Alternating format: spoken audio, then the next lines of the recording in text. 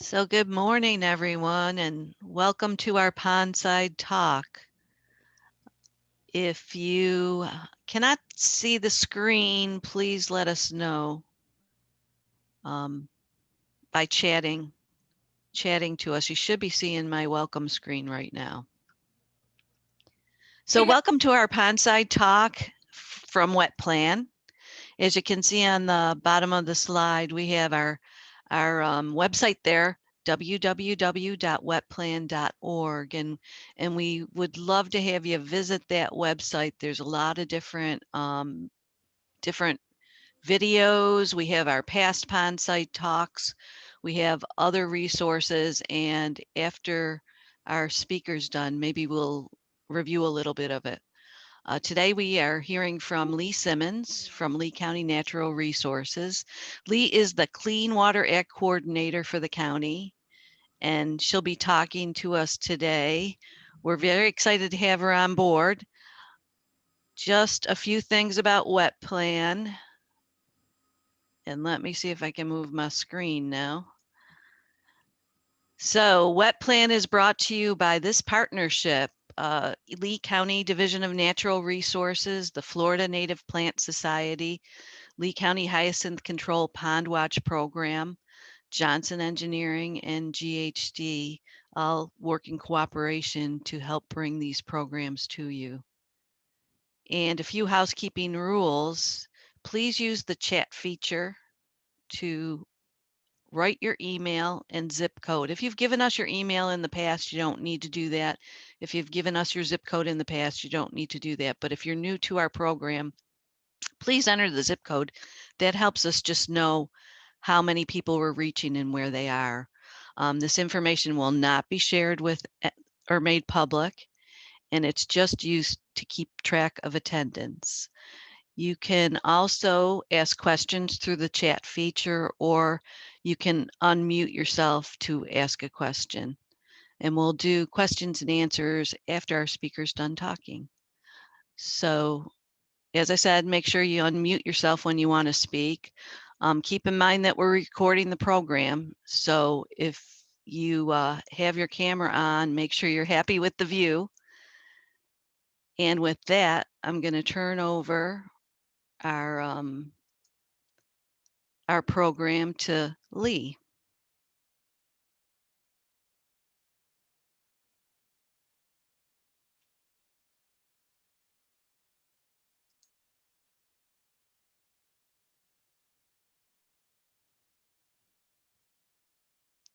So Leigh, you're going to have to unmute yourself. Got it. Good morning, everybody. Good morning. My name is Leigh Simmons. I work for Lee County Natural Resources. I've been with the county since 2003, so I've been here for a while. And I do a variety of things for the county involved with clean water, mostly surface water, and I think we all know how beautiful Lee County is. I took this photo from a helicopter that's part of Hendrick Creek. And what we wanted to look at today was possible pollutants from urban settings where there are storm drains. And the presentation's called Only Rain Down the Drain. I know that up north, some of these storm drains in the cities actually lead to treatment plants. Down here, they don't. All the drains lead to stormwater. If it's a stormwater drain, it just goes out into the natural waterways normally after some kind of natural treatment.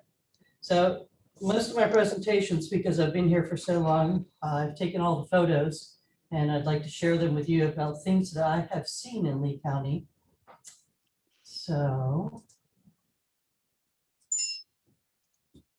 Lee County is 1,200 square miles. It's got 32 rivers and creeks.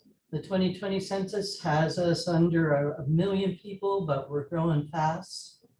And we get, the latest I could find was 4.7 million visitors a year.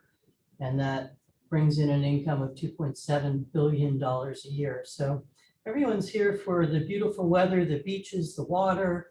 So we like to have our water as clean as possible, as attractive as possible for our tourists, which brings us income, and for those of us who live here year round.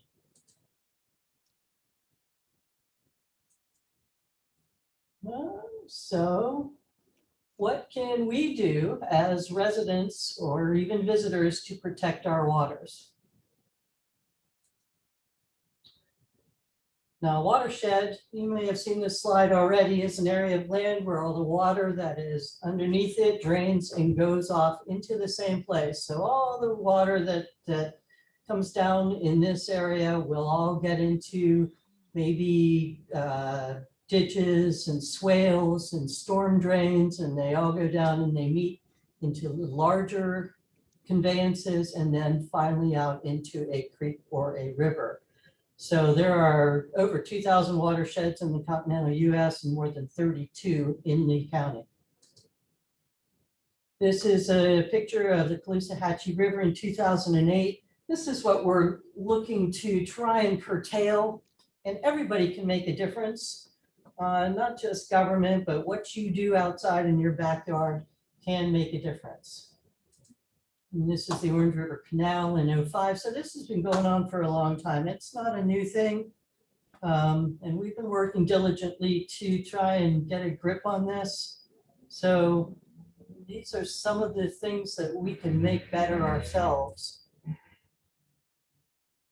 Here you have a depiction on this side of your inputs from various activities that go into the watershed. So you've got atmospheric deposition, and that's usually just nitrogen.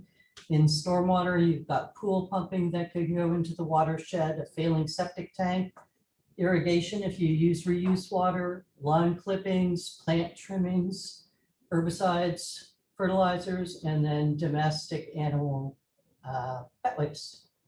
And all of these become outputs going into natural waterways and can really do a number on the waterway. It can cause the dissolved oxygen to decrease, causing fish kills and bad algal blooms. So a common conveyor of urban pollution is a storm drain, right? You see them all over the place. And you probably see so many of them that they don't even register anymore.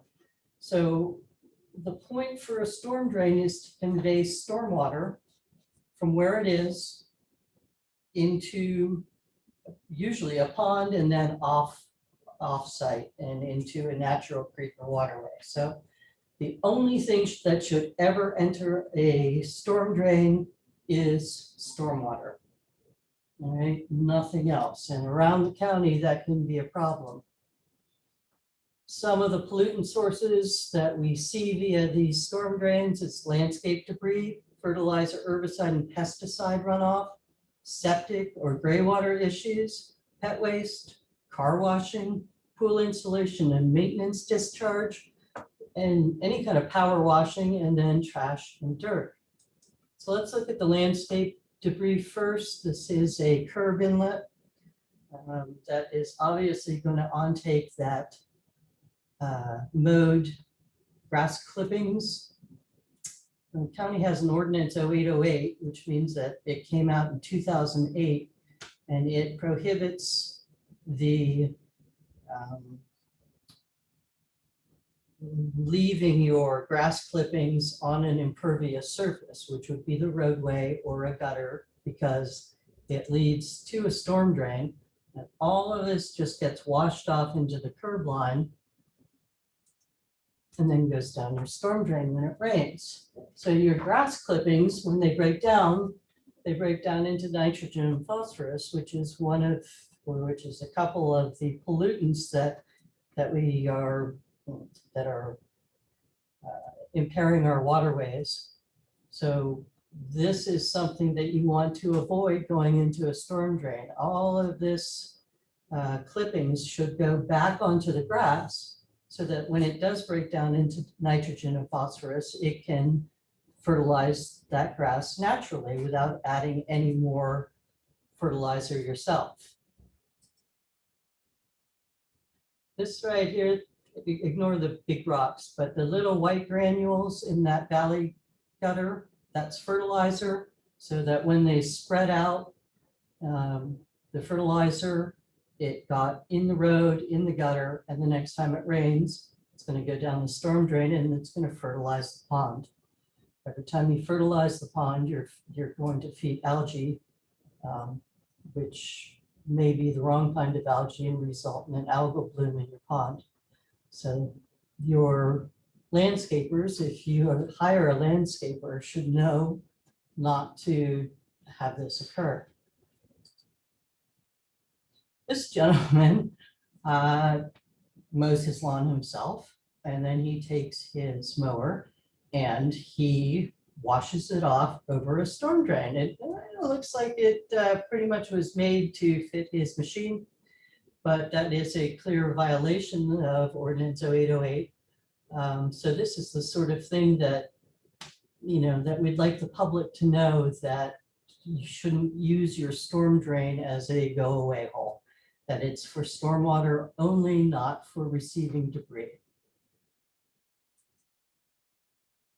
So don't fertilize or spray herbicide or pesticide before a storm event. It can just get washed off instead of percolating into the grass. Leave the grass clippings or blow the clippings back on the grass. The grass clippings can supply 25% of the nitrogen that your lawn needs.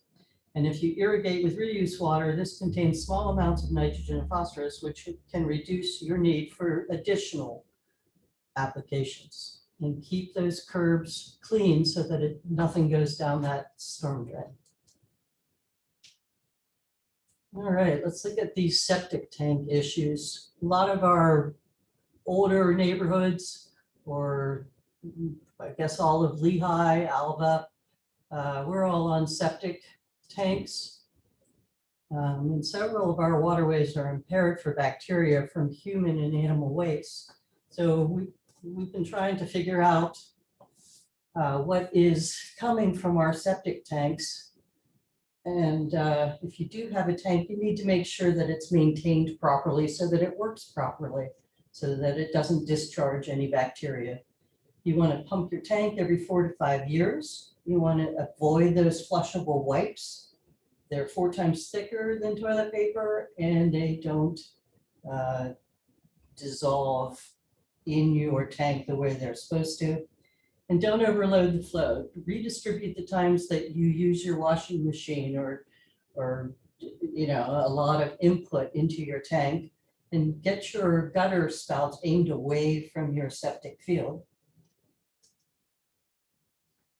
Know where your drain field is located. A lot of people don't. You don't want to park your vehicle on it. It's very expensive to repair your drain field. It can cost $5,000 to $1,500. Know what kind of system you have. Most people have that conventional system there. It costs between $300 and $600 to pump out every 5 years. And I believe it was in 1985, around there, that Lee County required that new drain fields that were put in be mounded, so to bring them up out of the groundwater system, so that any drainage from the septic system itself didn't get into our groundwater. Know your limits. The more people, the more maintenance on your tank. Too many people can lead to failure of that drain field. Okay, and nothing but digestive waste should ever go into a septic tank. Gray water. We see this, this often comes from washing machines or sinks that are set up outside that aren't connected to sewer or septic. This comes from somebody's house. The hose comes out and then it's buried so that it's hard to see. And then it comes out of the ground into a Lee County storm drain. And that storm drain is right across from the Caloosahatchee River. And that's what the gray water is doing to that storm drain. So what that storm drain is attached to is a pipe directly to the river. So no gray water should be going into any kind of storm drain, whether it's municipal or in a private development. Bacteria from pet waste. This is a sign that a citizen made. She called us up and she said that her neighbor has two golden retrievers, and she walks them every day. And she picks up their waste in plastic bags, and then she puts them in this storm drain right outside the complainant's house. And so she made this sign herself, no dog poop. So I thought that was kind of odd that somebody would take the trouble of picking up the pet waste and then throw it into a storm drain. But that same day, I'm in a different part of the county and I'm driving along and I see this. It turns out that this happens more often than I ever thought. So this is a pet waste bag that somebody's tried to get into the storm drain. And these get in here, they break open, and then all the bacteria from the pet waste goes downstream into a common pond, and then out of that common pond and into natural waterways. So keep an eye out for this. Remember that this storm drain does not go through any kind of municipal treatment. Okay, it goes into the natural system. This is a drain from a high-end community in Estero. They had somebody who was throwing pet waste bags into the storm drain, and they took out 21 pet waste bags, and the development charged the offending person $100 per bag. Okay, so if your development can't handle it, you can always call the county, ask to speak with me. I'd be happy to help you anytime. But this is, an easy thing to fix, and it shouldn't be happening. It's the way that bacteria can be entering our waterways. Pet waste pollutes by adding bacteria, nitrogen, and phosphorus to the waterways. It's estimated that only 40% of pet waste is picked up.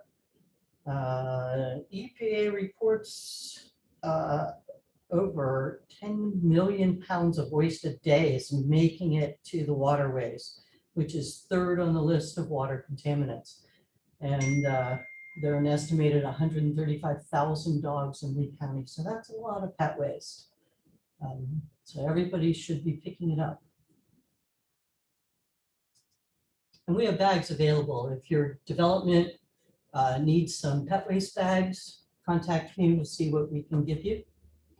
Residential car washing, that's fine that you wash your car at your house. We should never have a commercial car washing that's discharging offsite. But if you'd like to wash your car at your house, that's perfectly fine. See, if you can't park your car on the lawn, and then all that soapy water will perk into the grass and get treated through the soil and the grass, reducing that nitrogen and phosphorus that's going to be in the soap, so that it doesn't run off your driveway and then down the gutter or the curb line to the storm drain. Pool maintenance. This is a very typical thing. When you are maintaining a pool and you need to dewater it for any reason, usually there is chlorine in the pool or it's full of algae, neither of which you want to put in a stormwater system or that you're permitted to put in a stormwater system. So this guy is just going to take the hose and he's going to put it right in the development's pond. So it's difficult, but we recommend putting in the grass, letting it perk through the grass. And if there's a lot of dissolved materials or floaties in the pond, you can get a filter bag to put on the end of that hose, and it will filter that pool water before it goes and discharges to the grass. But do not put it directly into a stormwater system of any kind, whether it's a pond or if it's a storm drain.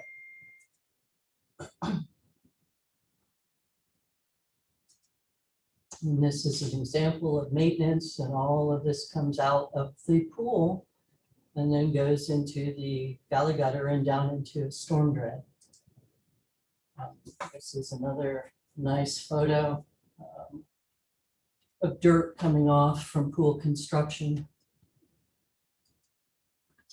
Power washing. Power washing can be very difficult. So you've got something that you need to get off. Usually it's outside, might be your roof, might be your pavers. This one in particular was paint. The owner decided that the orange paint wasn't attractive anymore. So they hired a power washing company to come and power wash it off. And they are using this chemical, which is flammable and toxic. So it's like a paint thinner to wash off that paint, and it comes down the driveway and into the valley gutter and into the storm drain, and that goes right to the development spot. So not only are you getting the paint residue, but you're getting that nice chemical in there also. So that should be directed to the grass so that it can be collected, or they can use a wet dry vac to suck it up as it's coming, but it cannot leave the property. If you want to pay for power washing, then you have to keep that power washing discharge on your site.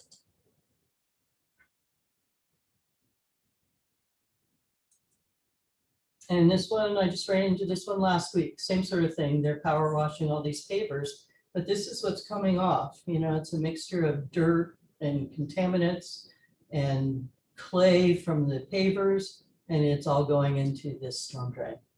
So the power washing company should have a process by which to collect that water. Trash and dirt, that's looking down a catch basin, that's looking into a storm drain. None of these things should be in here. It clogs up the system, it may back up the inlet. And if the flow is right, all that stuff comes out in your lakes and our natural waterways. This is what we call turbid water. This is along Corkscrew Road, which the county owns, and so we own the drainage up alongside of the road, and there was some construction about a mile away, actually, that was discharging this turbid water off-site, and it traveled a long way and got to a branch of the Estero River. So this little gator didn't like it, but it shows you the difference between this turbid water and the clean water, and that putting this turbid water into a stormwater system via a drain can really make an impact on the environment. And all these things, you know, they may seem petty, or they may seem like it's a silly thing to spend any time on, but there are so many of us, so many different residences, commercial activities, industrial activities, that even what you do in your own lawn matters. So watch out for those storm drains. The county has a recycling facility for some of these issues, fertilizers, paints. You can take it to them, no questions asked. It's on Topaz off of Metro. These are some guys in a gated community that have taken an interest in protecting their storm drains.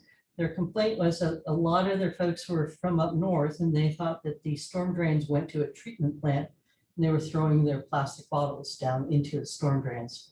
So they took it upon themselves to put these storm markers on these no dumping drains to bay. They were on the Estero Bay. So I still have some of these. If there are any people in developments who would like to talk to me about installing them, I'd be more than happy to talk to you about it. I've got no dumping drains to river, drains to creek, and we can see what we can come up with. But they're very attractive. They're aluminum. And I also have some pet waste decals. I don't think you can see this. But it says, please pick up pet waste, and it looks about the same as that round stormwater one. So if you are interested, contact me and we can help your development out. So remember that only rain goes down the drain, never hose anything into a storm drain.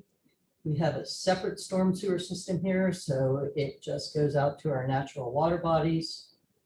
And you may always call me if you have any issues or just want to talk about it. The number there is 533-8109. And that's about it. Do you have any, oh, this is a concrete truck washing out into a storm drain, which will definitely block up the storm drain. So, do you have any questions, comments from anyone? I'm sure we probably do, Lee. Thank you so much. That was great. And I neglected to say earlier, besides Lee being here as an expert, we have a few of our wet plan partners. We have Andy Tilton from Johnson Engineering who can answer questions. We have Ernesto Lasso de la Vega, who is with Pond Watch. We have Marlene Rodak, who is with the Native Plant Society, and we also have Maria Romero with Lee County Natural Resources, and I'm Karen Miller with GHD. So we can also answer your questions, but we're happy to open up to questions. And if you'd like to ask a question, either send us a chat or unmute yourself and ask away. Andy, did you have a question? Just a couple of things that came to mind as Leigh was giving her very nice presentation.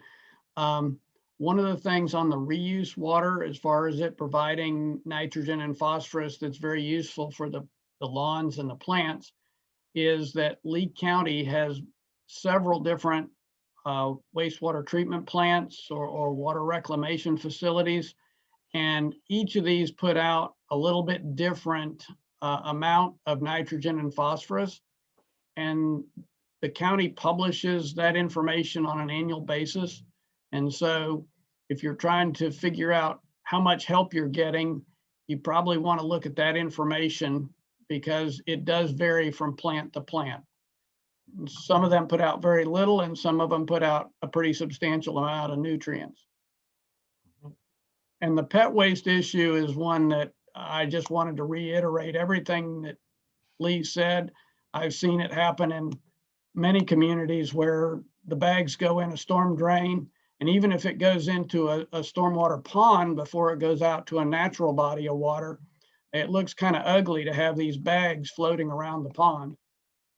And on the pool water, if it's got chlorine in it and you're going to put it out on the lawn, you should dechlorinate the water first because it could stunt the grass and or kill the grass depending on the level of chlorine that's in the water and how much you pump out and how big an area that it spreads over. So there are chemicals that will neutralize the chlorine and allow it to be pumped out much more environmentally friendly. Thanks.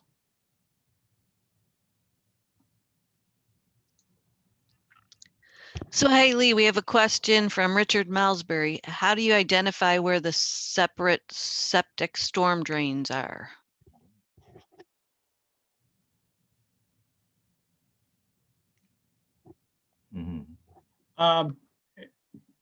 In Lee County, none of the stormwater drains go to any kind of treatment plant. In many communities, they go into a stormwater pond, which is the treatment system. But in some areas, the older areas of Fort Myers, of Bonita Springs, Estero, they go directly into a ditch that goes directly out to the creek or canal and on out to a natural water body with no treatment. So if you're in a newer community built after probably about 1980, you probably have some sort of a stormwater pond. So there is some treatment in that pond before it's discharged to a natural water body. If it's in a community built before then there probably is almost no treatment. I got a question regarding that because the Lee County used to have a map or a least accessible a map online where it shows all the drain, all the stormwater ponds. They dump usually into a canal, a drain, and that goes further up. And then they show all those connections and all the drainage in this mapping. What happened to that beautiful map? I mean, Leigh, do you know any? By the way, phenomenal pictures. I can't believe people are doing the stuff that you have been reporting. Blows my mind. But yeah, about the mapping. Yeah, thanks, Ernesto. We still have that map. It's dynamic. It changes all the time as we add more stormwater facilities to it. But we have the different watersheds, and if you scroll in further, we have all of the pipes, what storm drains. We've got, I think, 23,000 storm drains, so they're not all quite marked yet. But our major conveyances are all marked. I'd be happy to share that with you. Yeah, and I think the public should also be, you know, able to reach that and to see what is their impact on their landscaping activities. See where your personal water is going. We can put that on web plan. I don't think Perfect. that's a Oh, problem. that'd be exciting. Yeah. So, Yeah. hey, Leigh, we had a question about the round aluminum. Do the dump plaques that you showed us, do they cost anything? Is there a cost for that, or? The county's bought it. We bought a lot of them, and we put in a lot of them. My right arm will tell you so. We use a drill, and we drill into the concrete of the P-top about 1/4 of an inch. It's not a lot, but it sets that storm marker in so that it doesn't get dislodged. I'd be happy to, you know, it depends on how many storm drains we're talking about, but I'd be happy to assist any development, any neighborhood in putting in the storm drains. I've got the drill with the markers. So the best thing to do would be to contact me directly. Okay, And then you use an adhesive to hold it in place? Exactly. So not only are they set in the little circular drill area, but we use an adhesive. And those markers cost about $2 each when you buy them, because you can get some plastic ones, but we find that those degrade quickly in the UV. So these aluminum ones have been working really well for us. great. And I had a question. So I've been watching one of my neighbors around the corner. They have some construction going on. It's a empty site, but they're putting in a seawall and excavating the site. And I noticed there was a lot of sand going into the swale. I'm wondering what should they put up? What should the site look like to capture all that? Well, if they're working on a seawall, they should be working behind a turbidity curtain, one of those yellow curtains that you see. And you just tie it from one end of the work area to the same side, to the other side of the work area. If there's a swale or any sort of conveyance that leads to the waterway, that should have some kind of a best management practice in it to block it off while they're under construction. I can respond to that also. But our marine companies around here who build seawalls, they know what to use. So if they're not using it, I can remind them that they do need to use it. Okay. And we have a question from Richard Malsbury. Many community ponds that become polluted with algae are treated with copper sulfate. Is there a better way to achieve water purity?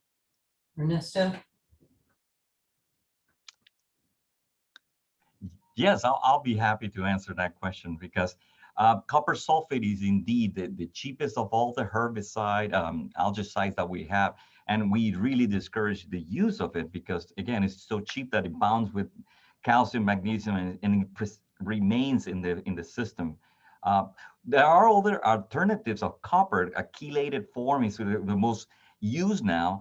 And it's the better choice for copper because algae, the treatment of algae, copper is one of the best alternatives, but a chelated one will be the most environmental. Now, it doesn't mean that it's only choice. There are other choices a little more expensive, and the companies will, like this, the one that I'm thinking is hydrogen peroxide base algicide, and which is the most benign for this purpose, but it's more expensive. And that's where the companies and the homeowner who has a problem with the algae has to negotiate or see the alternatives and decide what to do. And but the best alternative is obviously sometimes the most expensive. And the ultimate solution for that is that it's not the algae, it's find out why the algae is growing, the source of the nutrients or the conditions that are stimulating the algae to grow. Also, I've got a client that when they have an algae bloom, they actually remove the algae because regardless of what mechanism is used to kill the algae, it just returns the nutrients back into the water column and is either going to grow more algae or create other problems. So while it's probably the most expensive way to remove the algae, it actually takes the nutrients out of the water body so that you help to reestablish a better equilibrium in that water body. But that still goes back to what Ernesto said, and that is, why did you get to that? Why did the pond get to that condition in the first place? Because if you can control it before it gets into the pond, then you can save a lot of time and money. So Marlene sent us a good question. Are there any limitations on the number of times per week you can irrigate your yard? Does it matter if you use well water? South Florida Water Management District sets the number of times you can irrigate. It doesn't matter whether it's from a well, your own well, or if it's being provided to you by a municipality. But I think we're always under water quality rationing. I think it's 3 times a week, but I would check with South Florida Water Management on that. I'm not sure. There are two things that I would like to mention about the irrigation from wells. One is that you should know what is the water quality on that, especially salinity.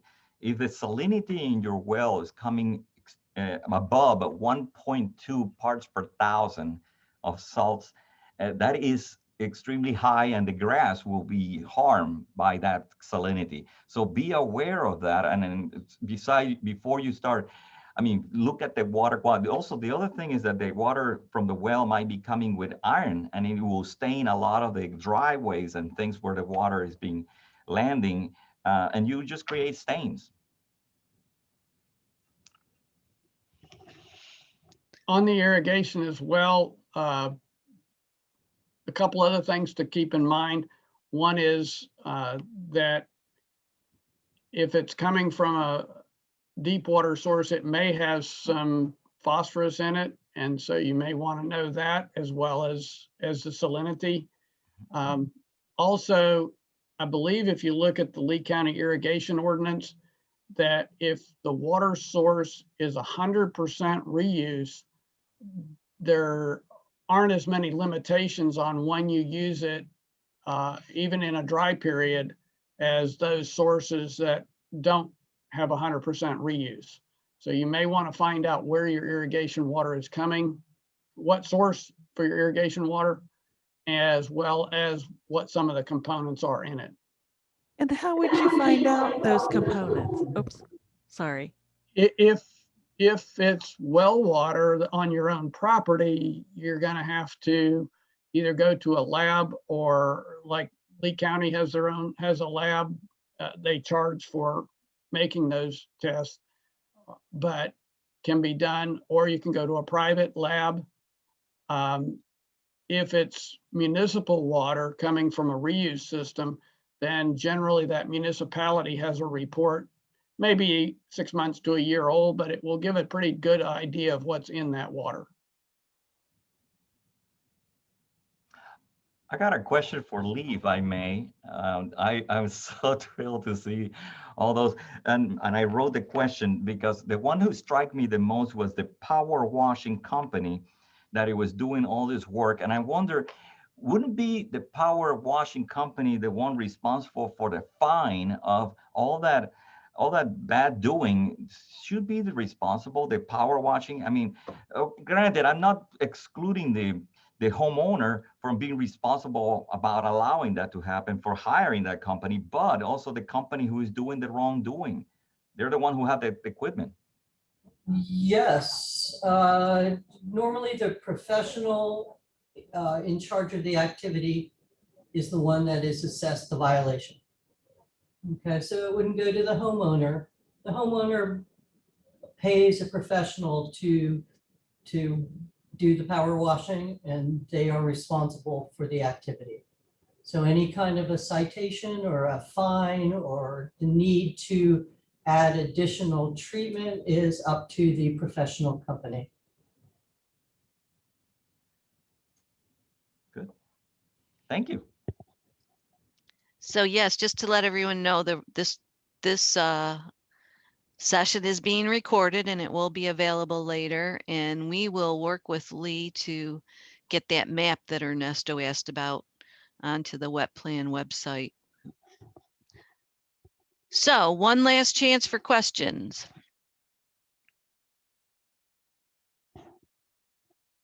If not, can everyone see my screen that shows the wet plan website? We just wanted to quickly show you a new updated feature here. I can see it. Okay, great.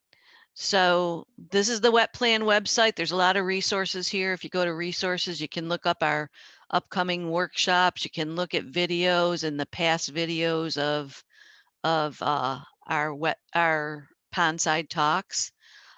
We also, if you scroll down, this isn't a new feature, but it's been updated. We have take a survey. So you can actually take a walk around your pond and get on this site and give us an idea of what the issues are in your pond and send it to us, and we can connect you with the best professionals to help you with your issues. So there's room for your name, phone number, address, that kind of thing. What's really cool on this feature, and we didn't have this before, is you can actually drill into your neighborhood and you can show us right where your pond is. I'm going to show you my lake because I live on a lake, so I'm right here.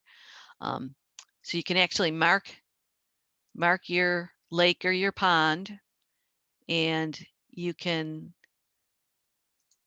send that'll get sent to us, and we'll have you the exact location of your pond. So then you'd want to check any of these that are applicable. What kind of wildlife do you have? Who's doing the maintenance, if you know? Any other, do you have pond records? Who does the lawn maintenance? You can give us a whole lot of information here. You can fill out all of it or as much of it as you want to. We don't need all the answers. You can also upload photos if you have them so that we can actually see your pond and some of the issues you're concerned about. And then you can put a little more detail right here. And then once you hit that submit button, it goes to the wet plan or email address, and it goes to this group, and we try to find the best person to help you with your issues. So we wanted to show that to you today because it's upgraded, and we've already gotten a few questionnaires in, and we're always happy to get them and to help you out with that. So our next workshop coming up is going to be next month, in just about a month, and I'm trying to pull it up for you so you could see it. Workshops. Well, I guess I need to learn how to use this resource more. It's not pulling up. But next time, Maria, help us. Is it Dr. Jerry Jackson or is it? It's Dr. Jerry. Now it logged. Now Ah, you there have we it. go. Yes. So there we go. It's So it's going to be March Dr. 3rd. Yes. Go ahead. March 3rd, 11 to 12, like today. It's gonna be Dr. Jeffrey Jackson, and he's gonna talk about the roles of native vegetation in providing for their use by wildlife. So it will be very entertaining and informative, and I hope you all can make it next month. And then in April, we'll have Dr. Serge Thomas come and talk to us about the do's and don'ts of urban ponds of Southwest Florida. He is a big expert on algae issues, so that should be an interesting one as well. So we look forward to seeing you there. And if there's any more questions, let us know, either by chatting or unmute yourself and ask. We'll give you just a few seconds to do that.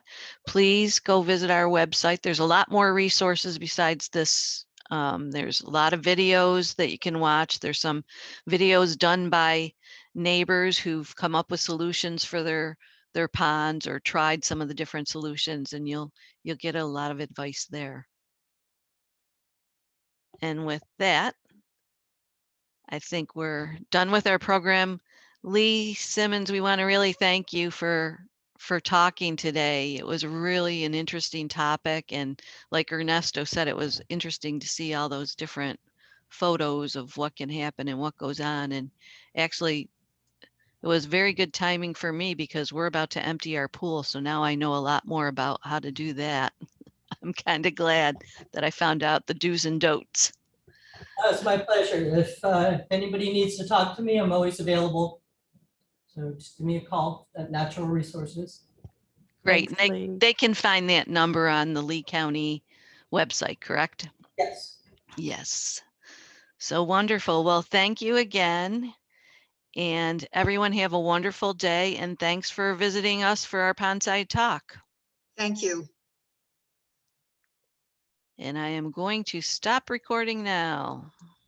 Thanks, Karen. Thanks, Ernesto.